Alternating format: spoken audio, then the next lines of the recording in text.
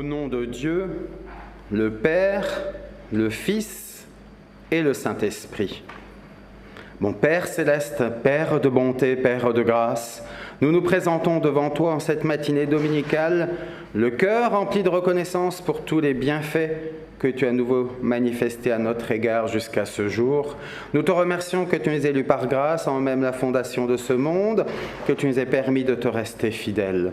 Nous te remercions, cher Père, que tu as aplani les chemins en cette matinée dominicale pour ceux qui ont pu se rendre dans ta maison. Et nous te remercions pour ceux qui peuvent suivre le service divin depuis chez eux parce qu'ils n'ont pas la possibilité de venir dans ta maison en cette matinée. Bon Père céleste, nous te sommes infiniment reconnaissants pour tous les bienfaits que tu manifestes à notre égard. Nous te remercions que tu nous permettes de vivre notre vie de foi au sein de la communauté et non pas tout seul dans notre coin, même si peut-être parmi nous, en cette matinée, nous avons de nombreuses personnes qui ne sont pas physiquement présentes. Elles sont tout de même partie intégrante de la communauté des enfants de Dieu en cette matinée et tout au long de la semaine. Mon Père céleste, nous te remercions qu'en cette matinée, nous n'ayons pas eu besoin de nous torturer sur le fait que tu seras bel et bien présent, bel et bien prêt à nous servir, à nous donner ce dont notre âme a besoin.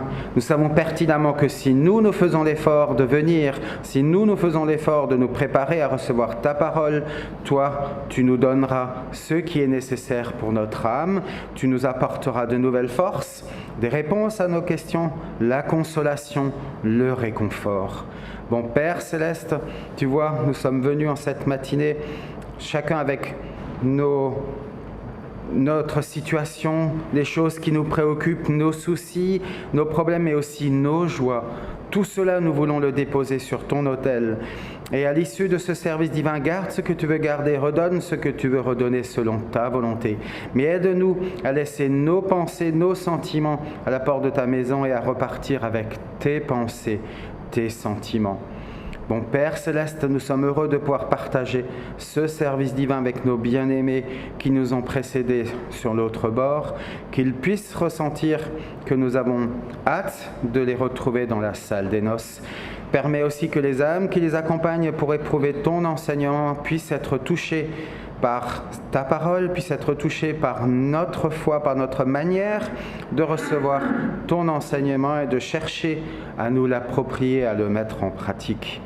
Mon Père céleste, nous voulons penser à celles et ceux qui sont dans la maladie, dans le deuil, dans l'affliction, qui sont peut-être sur un lit d'hôpital ou qui vont passer sur une table d'opération.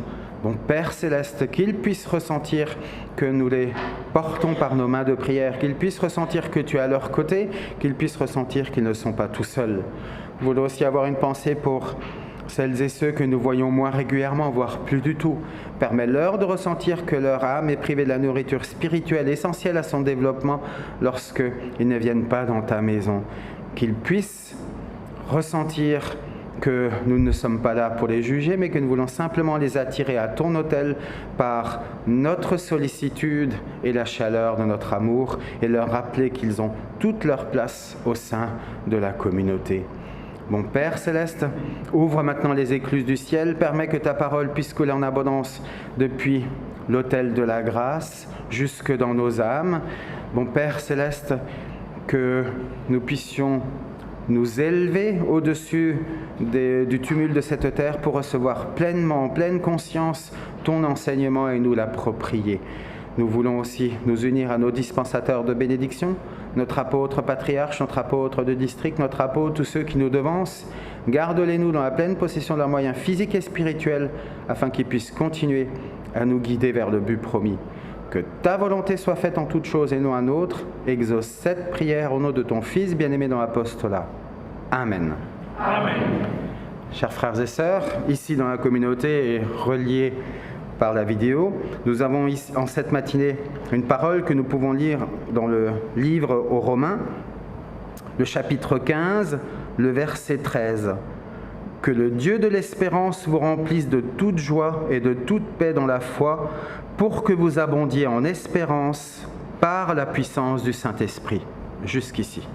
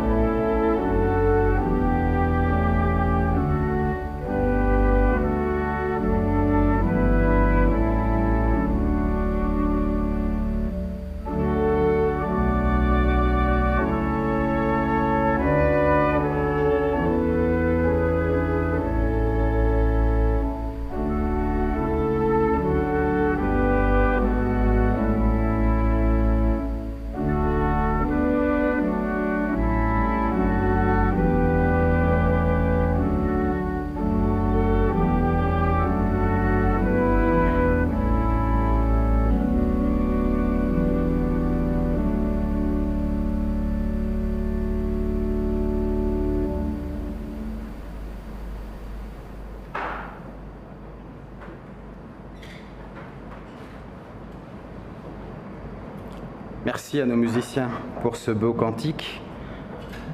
Chers frères et sœurs, mes bien-aimés dans le Seigneur, ici dans la communauté, mais aussi ceux qui nous suivent sur YouTube en cette matinée, soyez la bienvenue à ce service divin où nous savons que nous pouvons de nouveau recevoir de nouvelles forces pour notre âme, pour pouvoir continuer à avancer, pour pouvoir continuer à combattre, pour pouvoir continuer à persévérer.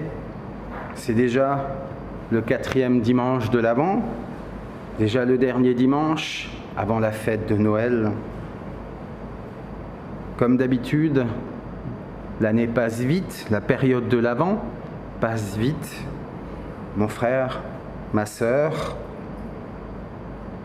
avons-nous déjà pris le temps, avons-nous déjà pris la peine de nous projeter pour cette fête de Noël, non pas dans les préparatifs matériels, non pas dans les préparatifs de ces retrouvailles en famille souvent, mais dans les préparatifs pour notre âme.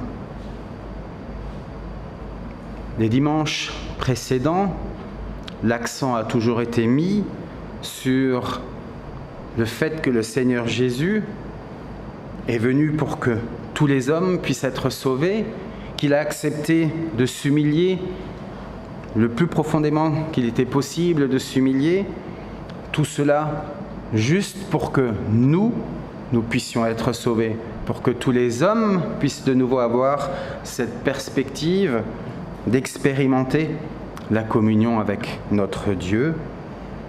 La parole de ce matin développe un autre aspect, l'aspect de l'espérance.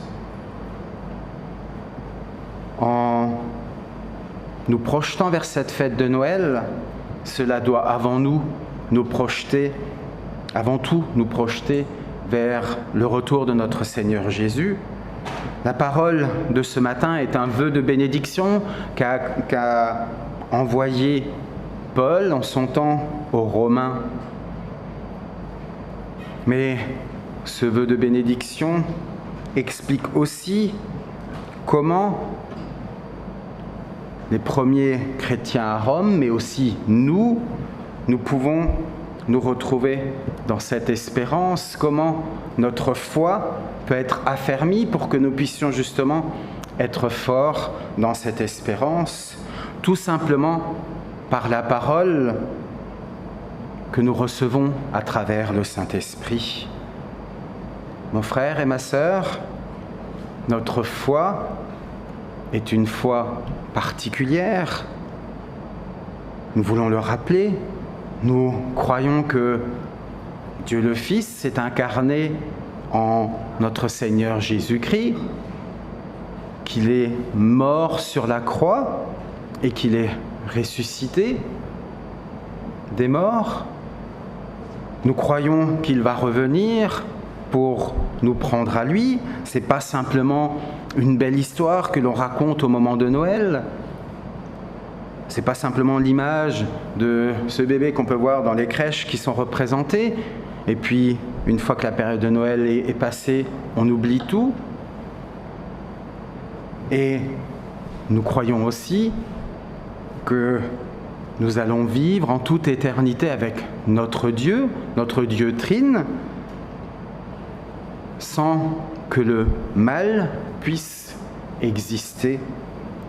Mon frère et ma sœur, cette perspective qui doit non seulement rester un semblant d'espoir, mais qui doit être une espérance forte, la certitude que cela va arriver, la certitude que le plan de salut divin est intangible, quoi qu'il se passe ici-bas sur cette terre, cela doit nous projeter dans la joie, doit nous mettre du baume au cœur et doit être un vrai échappatoire lorsque nous sommes peut-être dans le dur, dans notre vie quotidienne, lorsque nous sommes peut-être dans des situations difficiles dans notre vie de foi, nous pouvons nous projeter vers cette perspective du retour de notre Seigneur Jésus et de cette vie en toute éternité dans la communion avec notre Dieu, dans la communion avec tous ceux qui auront cru, qui seront restés fidèles, et tous ceux qui auront accepté le message de notre Dieu, le message d'amour de notre Dieu. Pour pouvoir rester dans cet état d'esprit, nous avons besoin d'une espérance forte. Et cette espérance forte est basée sur une foi forte qui est entretenue par l'enseignement que nous pouvons vivre ici à l'autel de la grâce, qui est entretenue par les expériences de la foi que nous pouvons vivre avec notre Dieu dans notre quotidien. Et cette espérance, comme il est marqué ici, nous remplit de joie et de paix. Lorsque nous vivons peut-être des moments difficiles sur cette terre, le fait d'avoir cette espérance forte en le retour de notre Seigneur Jésus et en cette vie en communion avec notre Dieu en toute éternité, cette espérance nous permet de relativiser les choses. Cela ne change pas la situation dans laquelle nous sommes, mais cela change notre regard sur la situation que nous vivons. Parce que nous avons cette espérance, nous savons que cette situation sera temporaire. Nous savons qu'il y a autre chose derrière, que même si pour le moment c'est peut-être des combats difficiles, même si pour le moment c'est peut-être un très mauvais moment à vivre, nous savons que cela sera simplement temporaire, comme tout ce que nous vivons sur cette terre. Parce que le Seigneur Jésus va revenir, parce qu'il prendra à lui tous ceux qui seront restés fidèles, qui auront cru jusqu'au bout. Quelle magnifique lumière au bout de ce tunnel dans lequel nous nous trouvons peut-être parfois. Mon frère et ma sœur, nous avons certainement tous vécu des moments difficiles et j'espère que vous avez vécu dans ces moments difficiles le fait de voir cette lumière au bout du tunnel, d'expérimenter le fait de savoir, même si là, j'ai pris un gros caillou sur le pied, même si là, peut-être, j'ai eu un couteau dans le dos, ce n'est pas grave, ça ne va pas durer très longtemps. Ça pique, ça fait même très mal, mais le Seigneur Jésus va revenir. Le Seigneur Jésus est à mes côtés et cela m'apporte de la paix et de la joie. L'homme qui est dépourvu d'espérance, lorsqu'il est dans une situation comme ça, il ne voit pas d'issue. Sa seule solution, c'est de chercher un coupable, c'est de chercher quelqu'un d'autre responsable à sa place, c'est de chercher quelqu'un sur qui il puisse taper de manière imagée ou même de manière physique, parce qu'il n'y a rien d'autre derrière. Nous n'avons pas besoin de chercher un coupable lorsque nous vivons quelque chose de difficile. Nous n'avons pas besoin de chercher quelqu'un sur qui nous pouvons nous défouler, parce que nous ne cherchons pas à nous défouler, nous cherchons à nous projeter vers l'avenir, vers un avenir qui nous remplit justement de paix et de joie, et que peut-être même si nous aurions toutes les raisons de pleurer, en pensant à cet avenir, nous ne pouvons plus pleurer. Mon frère et ma sœur, notre Dieu est à nos côtés.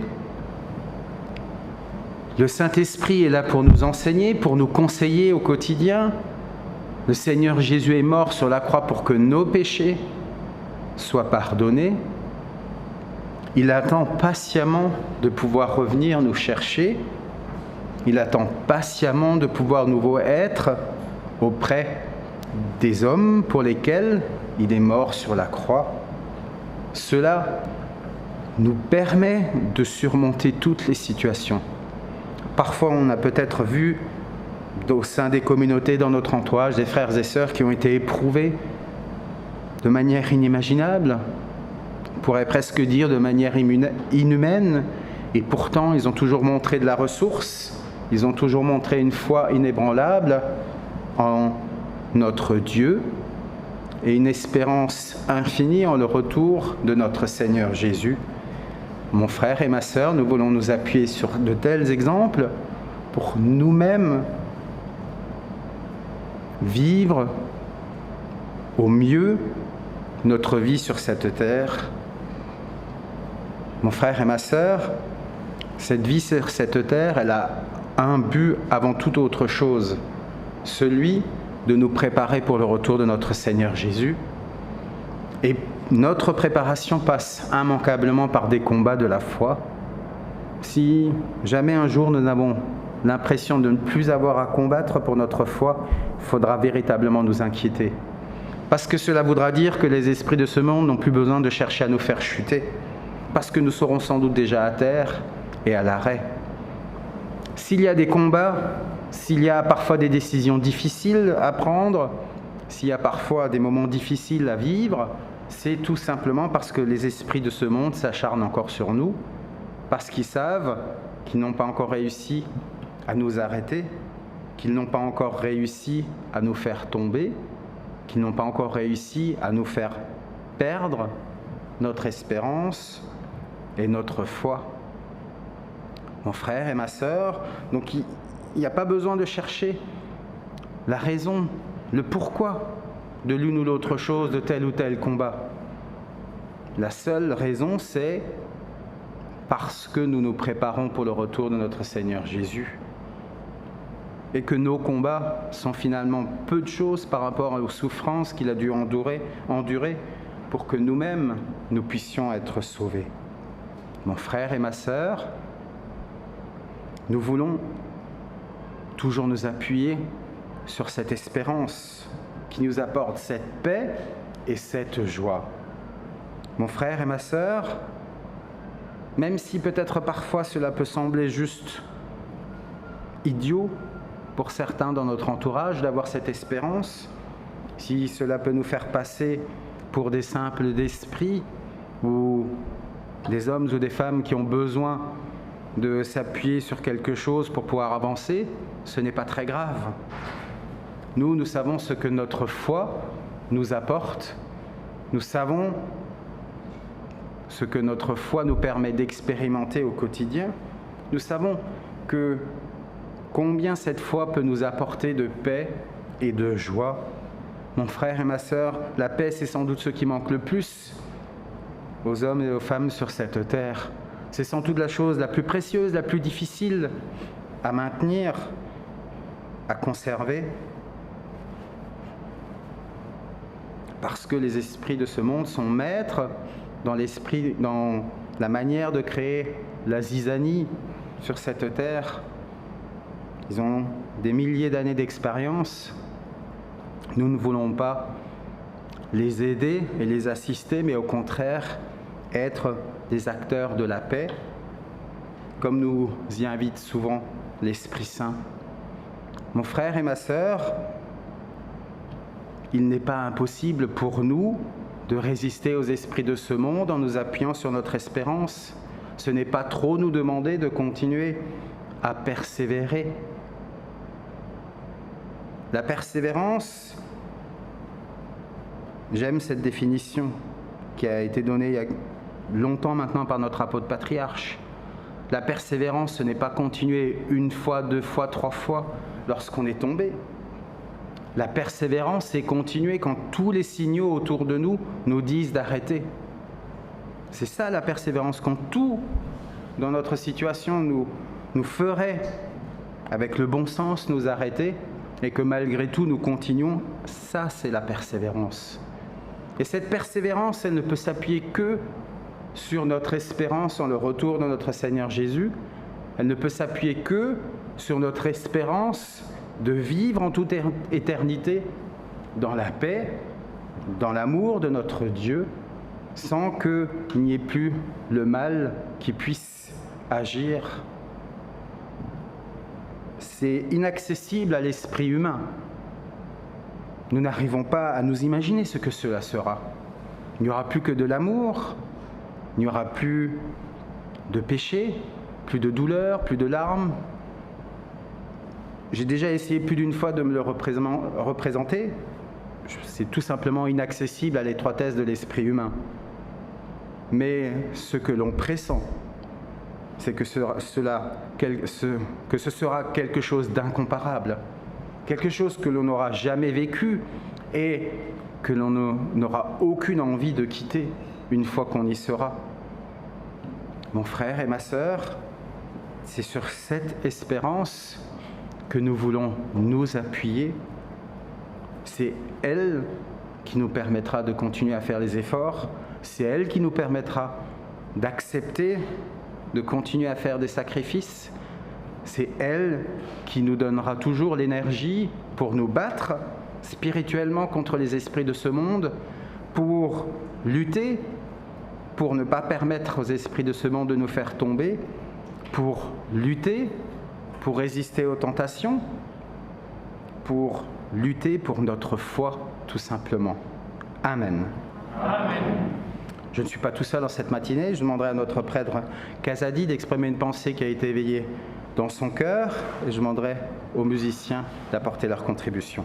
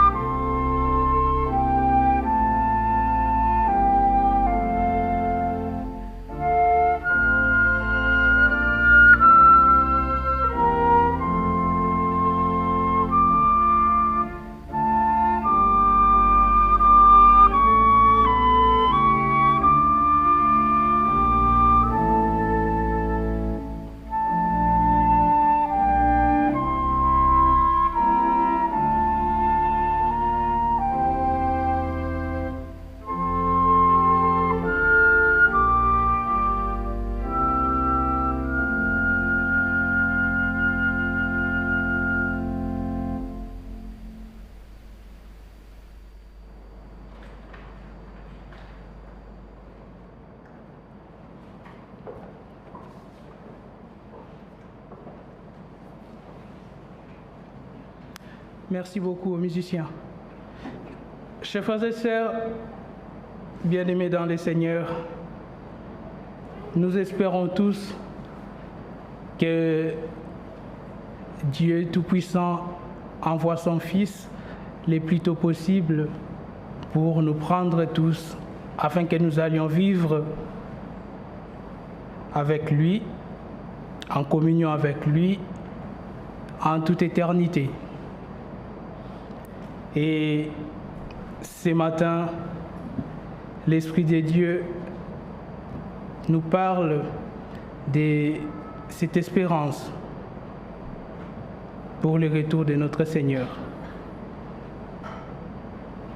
Permettez-moi de faire cette comparaison.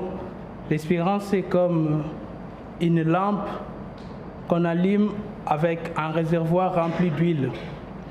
Nous vivons ici sur cette terre, nous vivons des situations diverses et variées et cette espérance prend des coups à chaque fois.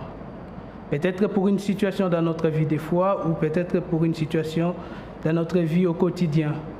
Et la flamme sur la lampe baisse parce qu'on prend des coups, peut-être un coup de vent ou autre chose. Et l'Esprit de Dieu nous donne ce matin des indications pour pouvoir renforcer cette espérance, afin que la flamme puisse être allumée encore plus fort. Et l'indication qu'on nous donne, c'est notre foi. Notre prêtre nous a rappelé en quoi nous croyons. Nous croyons que le Seigneur Jésus est venu sur cette terre. Nous croyons en cela. Nous croyons qu'il a donné sa vie pour que nous puissions être sauvés. Et nous croyons qu'il est ressuscité des morts. Quelquefois, on peut voir à notre entourage un enseignement peut-être contraire à notre foi. Et rassurez-vous, chers frères et sœurs, notre foi est basée sur la vérité. Nous croyons aux choses qui sont certifiées par l'Esprit de Dieu.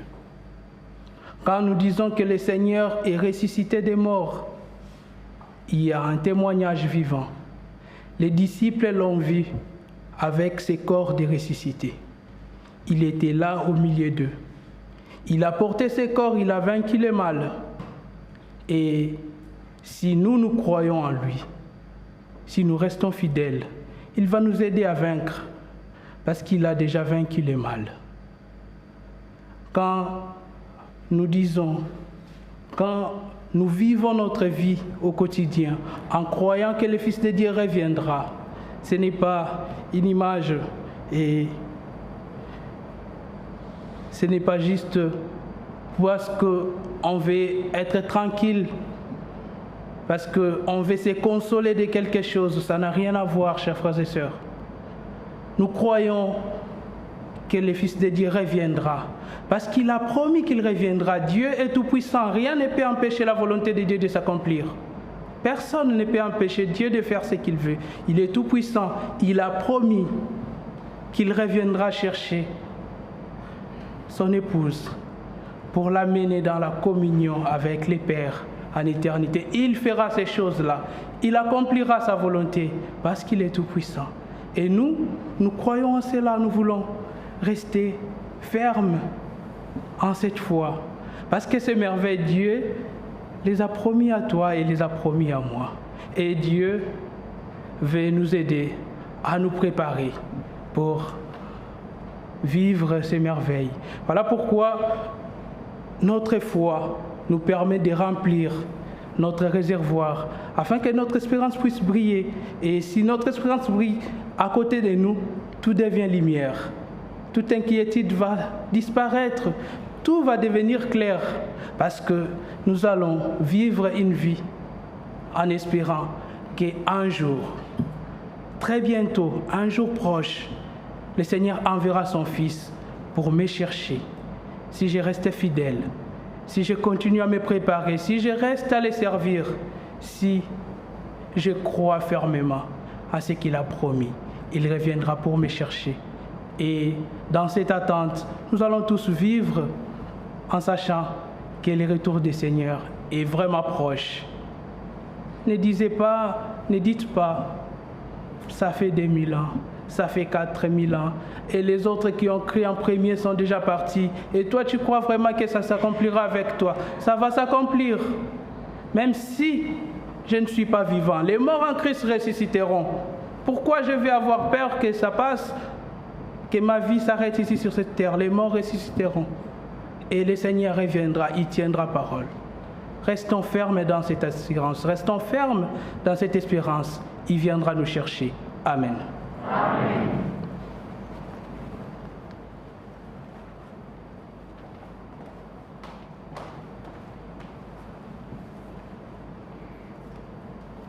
Elle est belle cette image de cette espérance qui brille et qui illumine autour de nous, effectivement.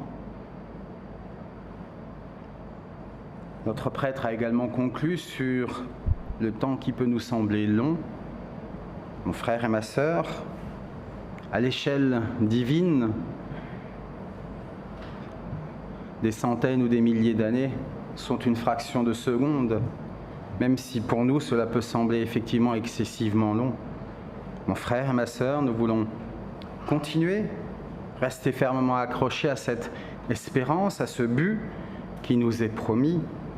Nous savons aussi que pour continuer à persévérer, pour continuer à espérer, nous avons aussi besoin de rester en communion avec notre Dieu. Et pour pouvoir rester en communion avec notre Dieu, nous avons besoin de nous défaire du péché qui nous sépare de notre Dieu. Nous ne pouvons rien faire par nous-mêmes, mais par la grâce de notre Seigneur Jésus, nous pouvons avoir accès au pardon de nos fautes et de nouveau être dans cette communion avec notre Dieu. Mon frère et ma sœur, il faut vraiment garder ce point à l'esprit. Le péché nous sépare de notre Dieu. Et pour que nos péchés puissent être pardonnés, nous devons être dans le repentir, être conscients de ce qui ne plaît pas à notre Dieu, être conscients de ce que nous devons changer et avoir aussi cette volonté de pardonner à ceux qui auront pu nous blesser, que ce soit volontairement ou involontairement. Mon frère et ma sœur, c'est ce que nous voulons faire à chaque fois que nous nous présentons à l'autel de la grâce, parce que sinon nous nous privons tout simplement nous-mêmes du pardon de nos fautes.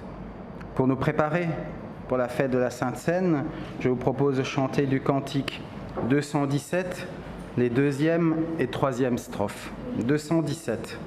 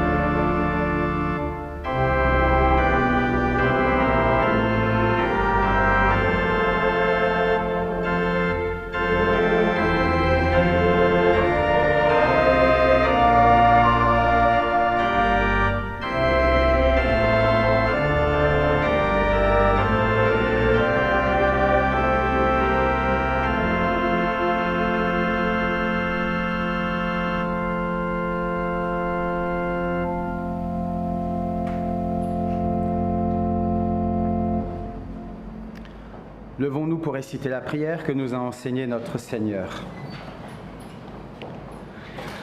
Notre Père qui es aux cieux, que ton nom soit sanctifié, que ton règne vienne, que ta volonté soit faite sur la terre comme au ciel. Donne-nous aujourd'hui notre pain quotidien. Pardonne-nous nos offenses, comme nous pardonnons à ceux qui nous ont offensés. Ne nous induis pas en tentation, mais délivre-nous du mal, car c'est à toi qu'appartiennent dans tous les siècles le règne, la puissance et la gloire. Amen. Selon la mission confiée par l'apôtre Montmandon, je vous annonce cette bonne nouvelle. Au nom de notre Seigneur Jésus-Christ, le Fils du Dieu vivant, vos péchés vous sont pardonnés. Que la paix du ressuscité repose sur vous tous. Amen. Amen. Bon Père céleste, Père de bonté, Père de grâce, nous nous présentons devant toi, le cœur rempli de reconnaissance parce que nos péchés ont de nouveau été pardonnés. Et nous sommes ainsi en état d'âme digne de pouvoir participer à la fête de la Sainte Seine, ce moment de communion étroite que nous pouvons vivre avec notre Seigneur Jésus. Bon Père céleste, nous voulons savourer à chaque fois ces instants où nous pouvons expérimenter cette communion avec notre Seigneur Jésus. Nous te remercions également pour les forces que tu nous as de nouveau accordées à travers ta parole. À nouveau, nous voulons penser à ceux qui ne peuvent être parmi nous et les inclure dans le cercle de la communion fraternelle, qu'ils ressentent qu'ils ne sont pas oubliés, qu'ils ressentent qu'ils ont toujours toute leur place au sein de la communauté, qu'ils ressentent aussi combien cela fait du bien d'expérimenter la communion fraternelle. Mon Père céleste, que ta volonté soit faite en toutes choses et non à nôtre, exauce cette prière au nom de ton Fils bien-aimé dans l'apostolat. Amen. Amen.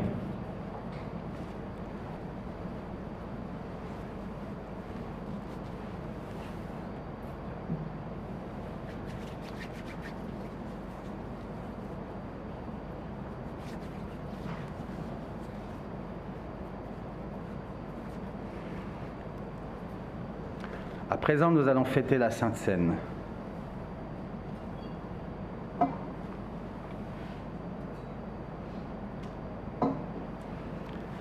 À présent, la table du Seigneur est prête. Au nom de Dieu, le Père, le Fils et le Saint-Esprit, je consacre le pain et le vin pour la Sainte Seine et j'y dépose le sacrifice unique de Jésus-Christ, valable en toute éternité. Car le Seigneur prit du pain et du vin, rendit grâce et dit : « Ceci est mon corps qui est donné pour vous. Ceci est mon sang, le sang de la nouvelle alliance répandu pour beaucoup, pour le pardon des péchés. Mangez et buvez. Faites ceci en mémoire de moi, car toutes les fois que vous mangez ce pain et que vous buvez ce vin, vous annoncez la mort du Seigneur jusqu'à ce qu'il revienne. Amen. Amen.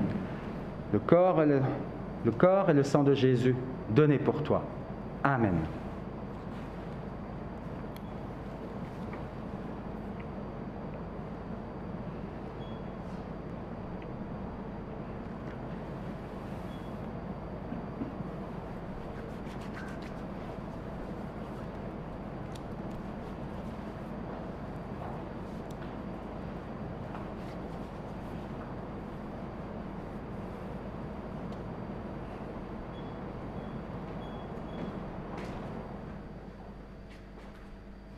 Le corps et le sang de Jésus, donnés pour toi. Amen. Le corps et le sang de Jésus, donnés pour toi. Le corps et le sang de Jésus, donnés pour toi. Amen.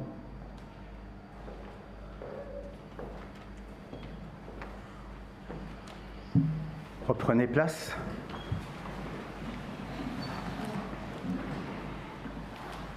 Pendant la fête de la Sainte Seine, nous chanterons le cantique 295. 295. À présent, le Seigneur vous invite à participer à la Sainte Seine.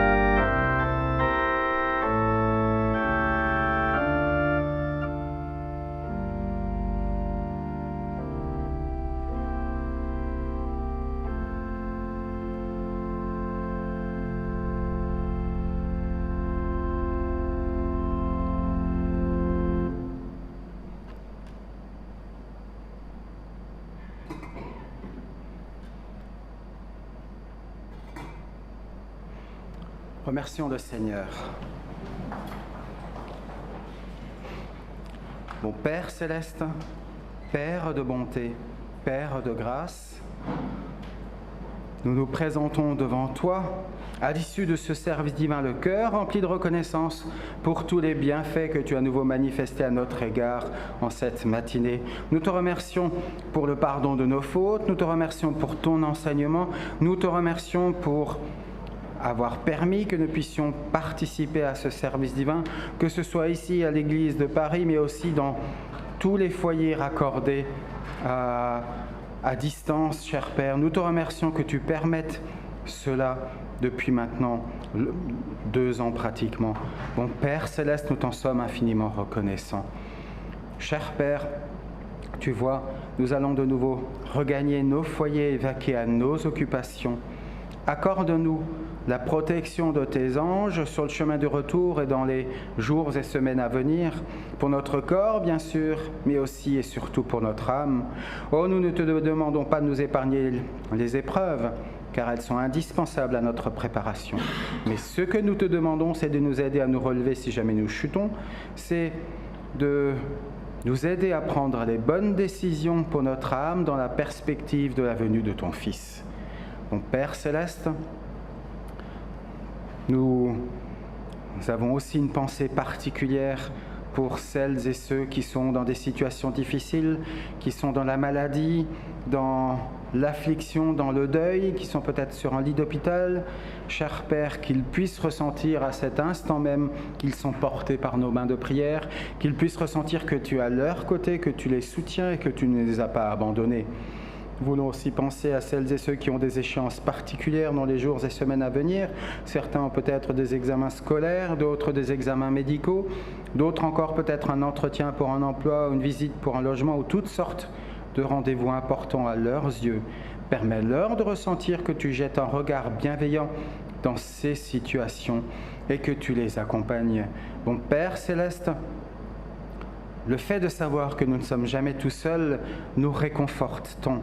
Le fait de savoir que tu es toujours à nos côtés, que tu nous aides, voire tu nous portes dans nos combats, est tellement réconfortant. Mon Père céleste, nous te remercions que tu nous aies permis de partager ce service divin avec nos bien-aimés sur l'autre bord, qui nous ont précédés et qui sont accompagnés aussi par des âmes qui viennent pour éprouver ton enseignement. Qu'ils puissent ressentir que nous avons hâte de les retrouver dans la salle des noces. Mon Père céleste, un dernier souhait. Abrège les temps, lance ta faucille et moissonne et prends-nous tous bientôt par grâce à toi, afin que nous puissions enfin voir ce que nous avons cru jusqu'à ce jour. Que ta volonté soit faite et non la nôtre. Exauce cette prière au nom de ton Fils bien-aimé dans l'apostolat. Amen. Amen. Que la grâce du Seigneur Jésus, l'amour de Dieu et la communion du Saint-Esprit soient avec vous tous. Amen.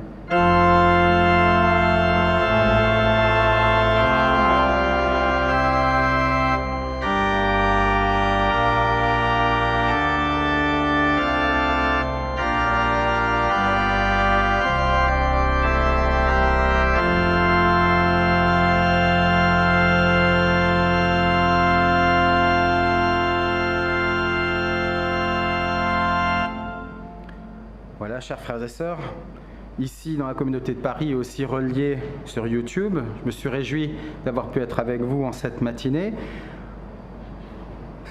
C'est pas une expérience facile, mais on le fait volontiers pour notre Dieu. Je vous propose de reprendre place et on laisse la parole, enfin la musique, à nos musiciens.